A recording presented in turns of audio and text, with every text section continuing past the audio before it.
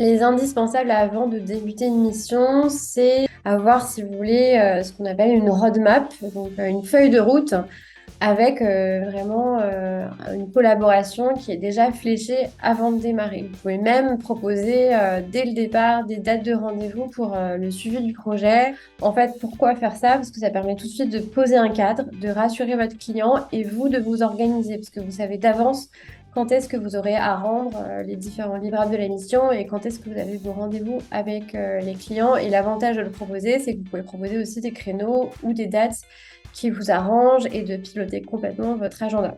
Si vous avez des outils de collaboration, par exemple, si vous utilisez Notion, bien onboarder votre client, c'est-à-dire bien lui montrer comment ça marche s'il ne les connaît pas. Vous pouvez même tourner des petites vidéos de démonstration des différents outils si vous voulez gagner du temps.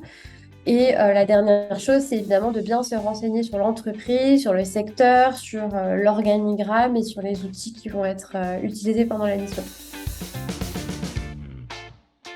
Les erreurs à ne pas faire avant ou au début de la mission, c'est de ne pas communiquer sur comment ça va se passer et ce qui va se passer.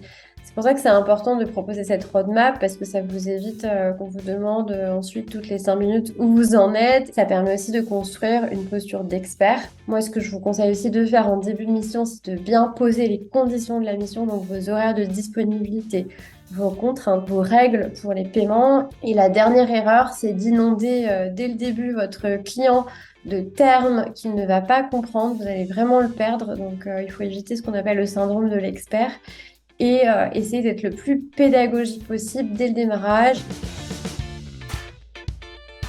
Si ça ne se passe pas comme prévu, il faut que vous fassiez un point à votre client pour lui expliquer la situation, parce qu'il vaut mieux le faire voilà, au moment où ça se passe que après avoir du ressentiment. L'idée, c'est pas simplement de dérouler les problèmes, c'est évidemment de lister ces problèmes, mais ensuite de proposer votre solution. Le client, c'est un humain, il peut vous comprendre et c'est dans son intérêt puisque plus vous êtes satisfait et plus les conditions vous conviennent, plus vous allez pouvoir bien travailler.